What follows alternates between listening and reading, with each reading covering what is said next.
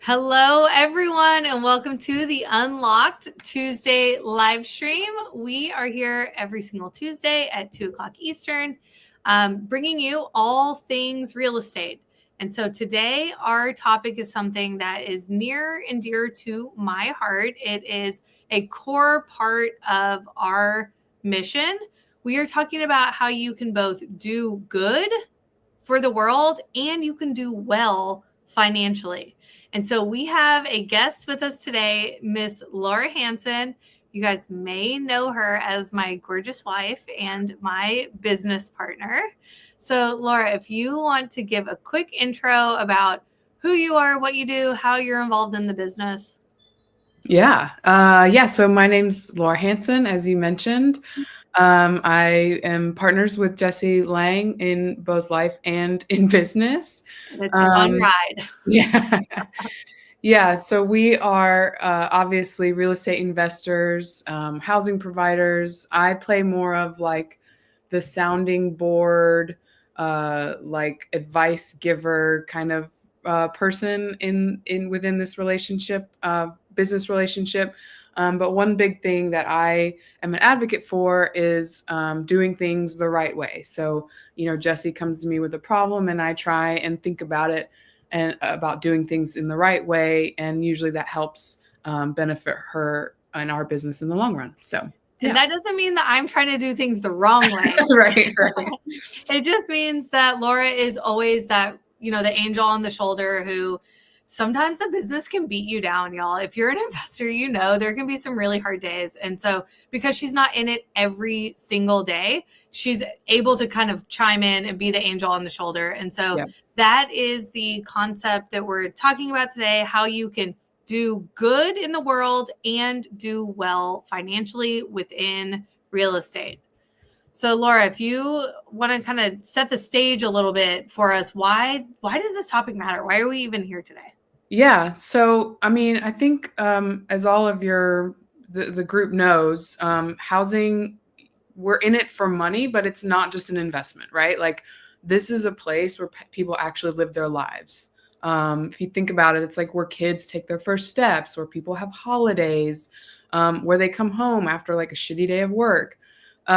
So it's really important to like keep that in mind that these people aren't just numbers in your QuickBooks. These are like actual real people, and you are providing a home for them, not just like a unit that they live in. So, yeah, I think that it's important to think about. Also, like one thing that we bring up is terminology matters, right? The term landlord has been around for centuries. Like we're Since like not, feudal days. yeah, like we're not lords of the land. This isn't like 10,000 uh BC or AD, like where we have like land that we have peasants that work our land. Like that's not how, we're not there anymore. So we like to call ourselves housing providers versus landlords.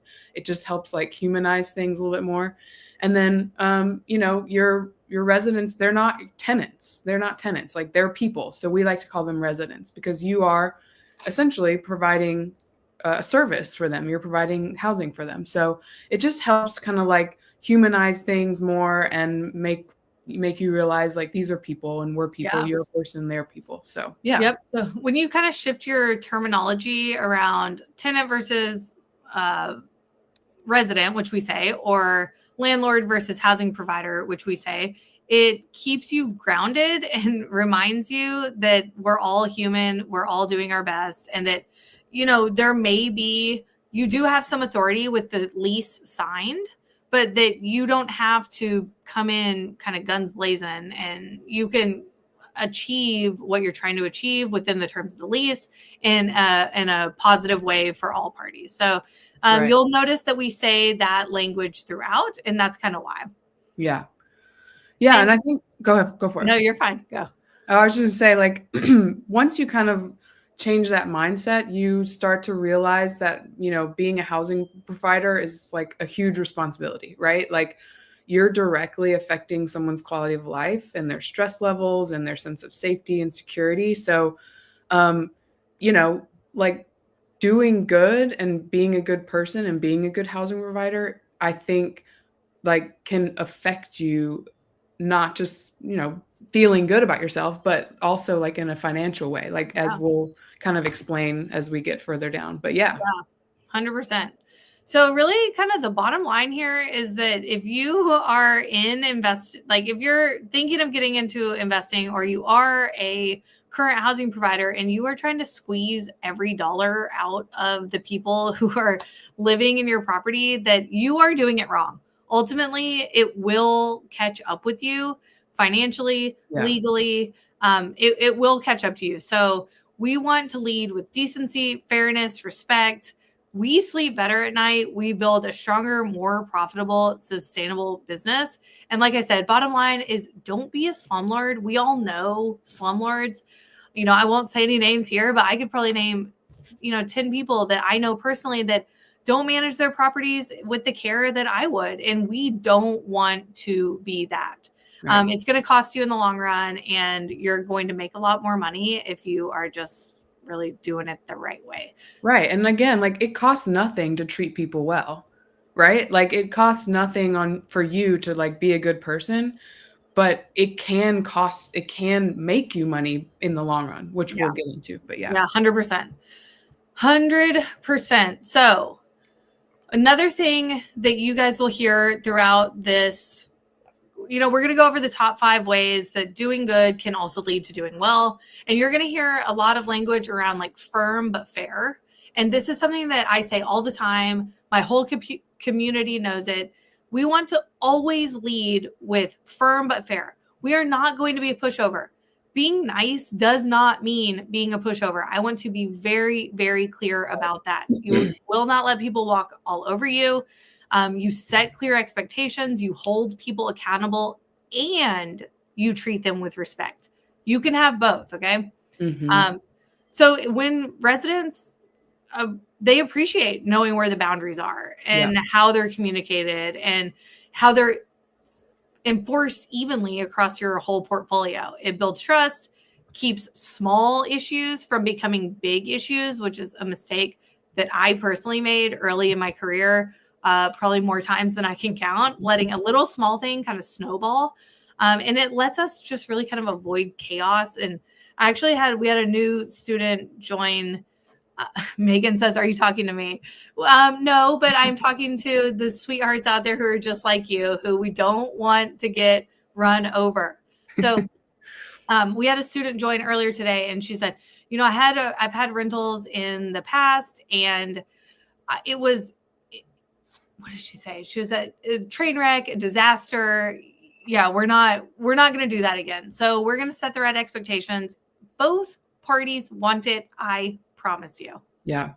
Another big thing to remember too is like you'll have to remember, especially for like some low income housing, a lot of these people, they didn't have the right kind of role models growing up. So they may not know the correct process. They may not know the right way to communicate with their housing provider on maybe a certain stress in their life or whatever. So I think it's important, and we try and do this, is like be as communicative as possible and make sure our residents know that they can be as communicative with us as they can as well. So I just think it helps create a much more, beneficial relationship across both sides. Yeah. 100%. So I'm being reminded in the comments that the exact term was dumpster fire. That it was a dumpster fire in the past because expectations weren't set. So we're done with dumpster fires. We're going to be firm but fair. We're not letting people run over us, but we're also doing good. So let's talk about the 5 ways that doing good can also lead to financial health. Yeah. So Laura, you take it away with number 1.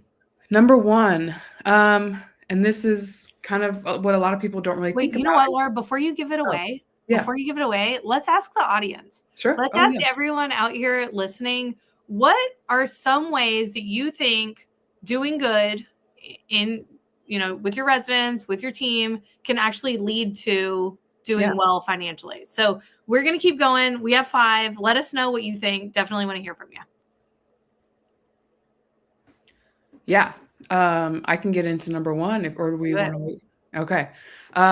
So one big thing, I think this is probably one of the biggest thing, cost benefits is, higher resident retention equals lower turnover costs, right? It costs money to turn over a unit, right? It can cost a lot of money depending on the resident. So, it costs money to make repairs after someone moves out. You got to clean the place. And then once all that's done, you got to market it again. You got to, all the time it takes to find another new resident, that could cost upwards of, correct me if I'm wrong, Jesse, but $2,500, $3,000. Yep, easy. Just to like turn the unit over.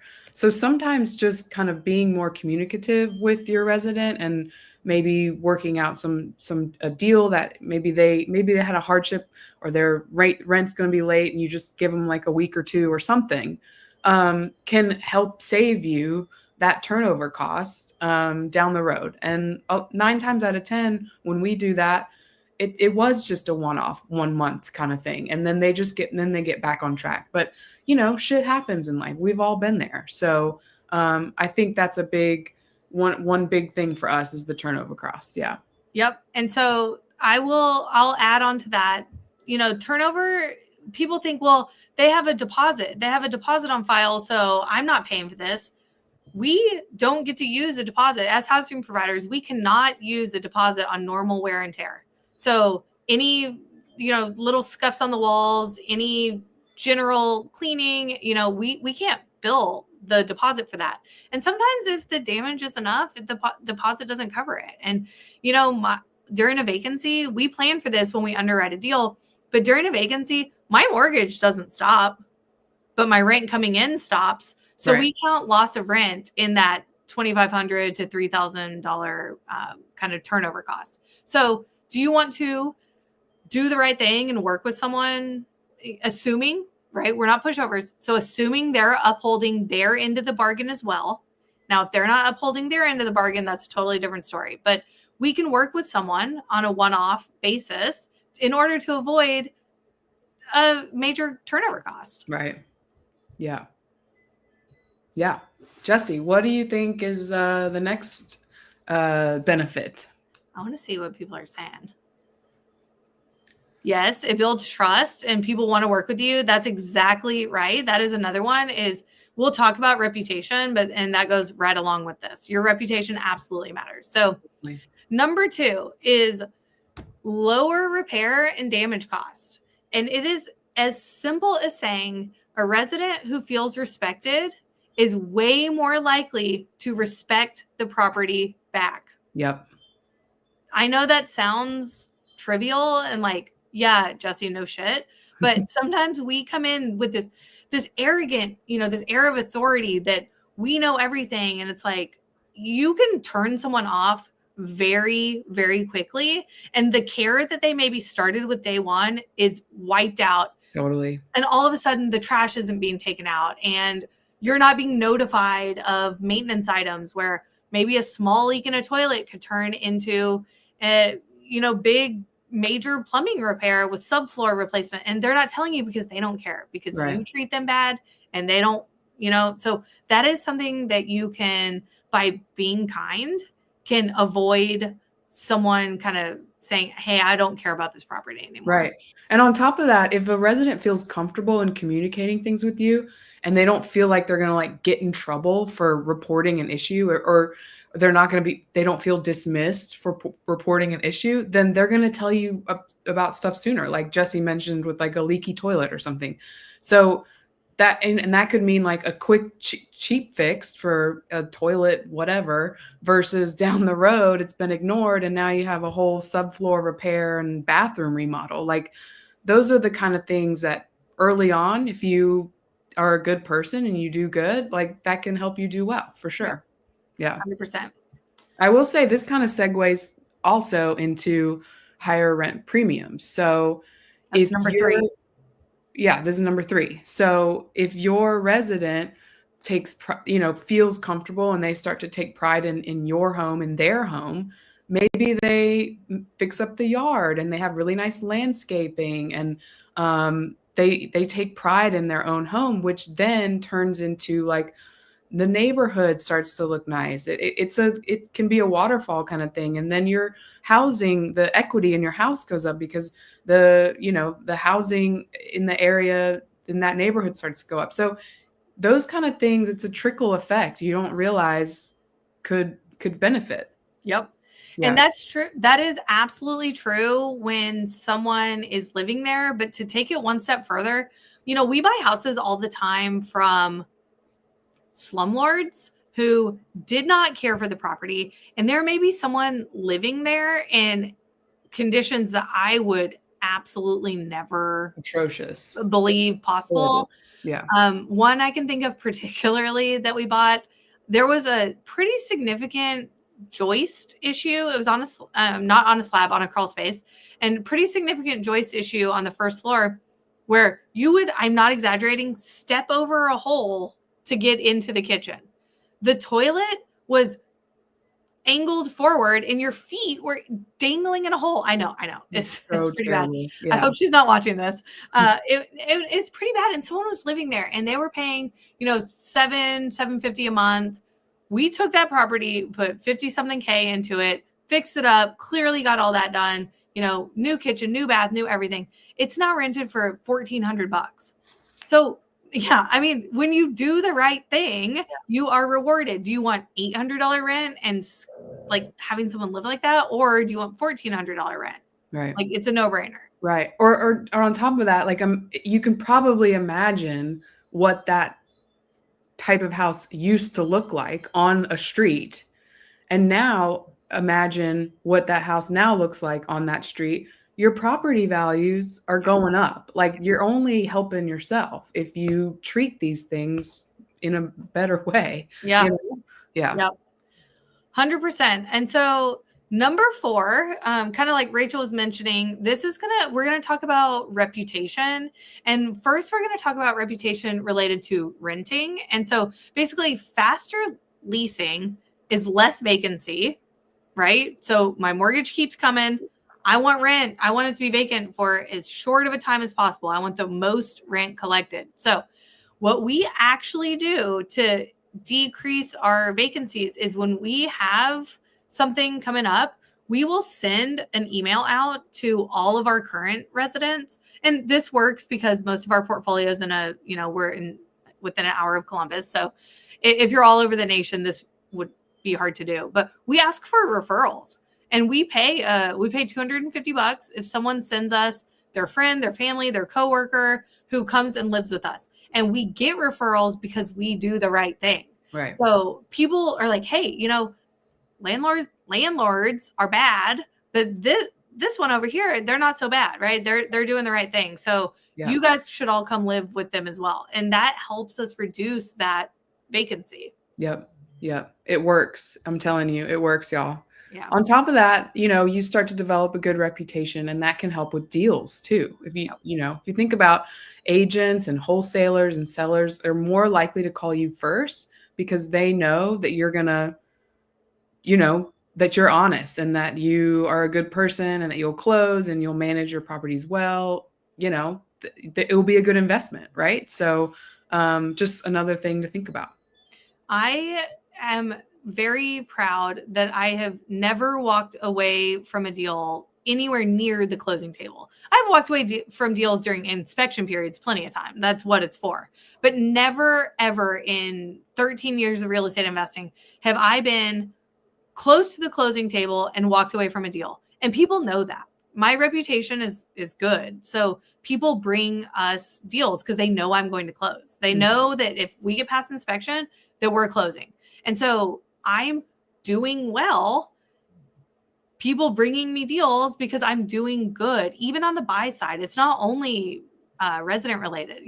It works with your team members as well. With, I have employees that I do what I say. And I know Lizzie's on here and sometimes she sends me something and I forget to do it. But like on the big stuff, I do what I say I'm going to do. And I treat people kindly and they have worked with me for years. So right. On top of that, I mean, even our handymen and our contractors, like we are honest and we pay them as soon as the job's done, like literally within hours, because we want them to come back and do good work for us. We don't want them to like not feel comfortable working with us, or not feel like, oh, I don't want to work for her because it takes her a month to pay me. Like those things have positive effects if you do good. We have a situation in our personal home where there was like a leak from the bathroom above, and we're DIYers, okay? I don't DIY my rentals, but we do DIY our own home. So we're sitting here like trying to fix this leak, and we get to a point where I don't really know what to do, and I'm like gonna call my handyman, and Laura's like, it's Sunday, don't call him. And I'm like, he loves me, let me just call him. So I FaceTime him, he answers Sure right enough. away. Yeah. He talks us through the whole thing, and I'm like, hey man, thanks so much. And he's like, no problem. I have no problem at all. So it Yeah, really goes both ways. We totally. pay fast. They help us. We help them. It really is like such a team mindset. And so much of that is reputation based. Yep. 100%. Yep. Do you want to tackle number 5? Because you're kind of in this more than Yeah, I am. we are. Yeah. So number 5, lower legal and eviction cost. Okay. Evictions are expensive. They can be slow. They can be messy and stressful. And so if there's legal fees, court costs, lost rent, it can easily add up to 2,000. I've seen worst case, kind of $5,000. That's even if you win the eviction, right? You're out all this rent that was unpaid. So Yeah. what we don't want to do when we're keeping in mind, do good and do well, what we don't want to do is let someone not pay rent. Right. That's not acceptable. This is a business. But we also don't want to come in guns blazing. Right. Because a lot of times there is some reason that rent isn't paid. This is especially true if this is someone who is paid on time.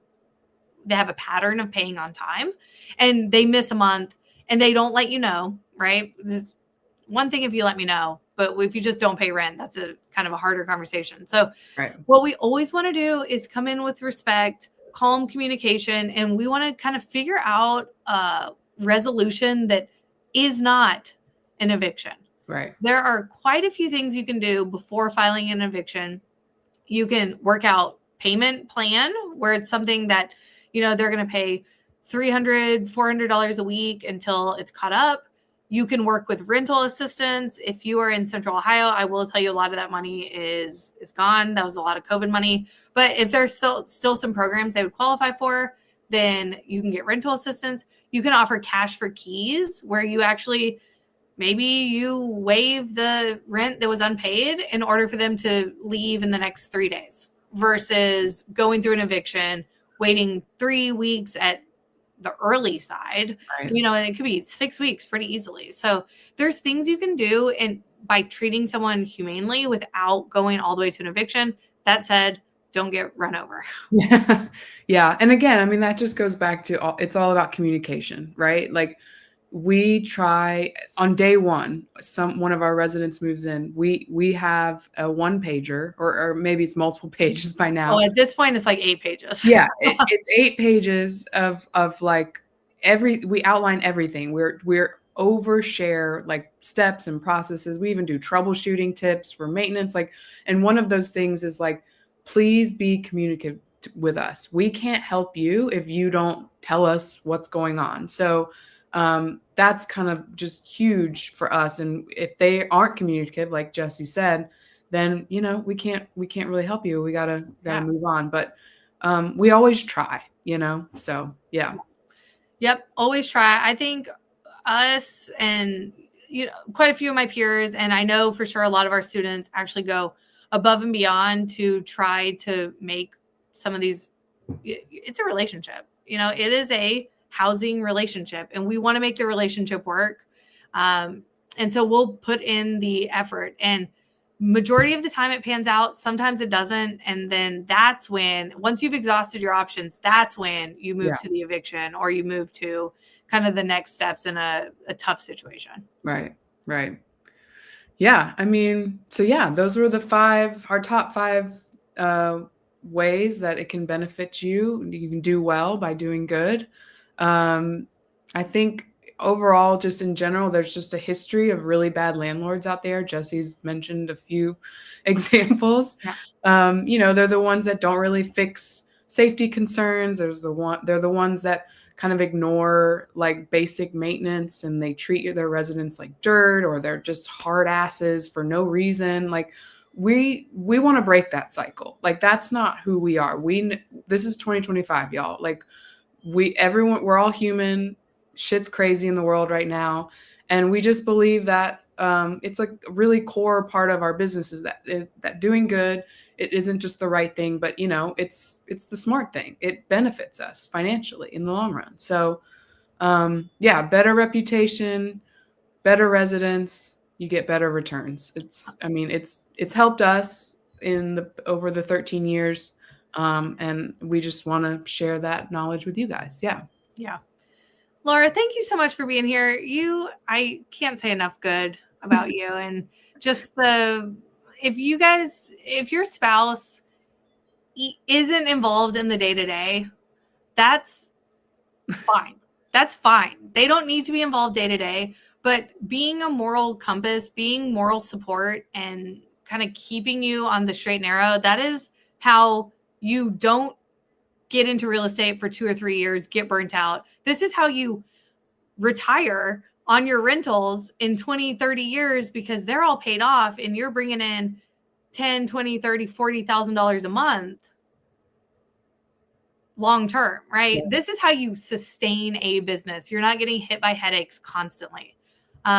So Bob, no, Laura's bookkeeping services they're not ready yet. They never will be. She's actually been fired.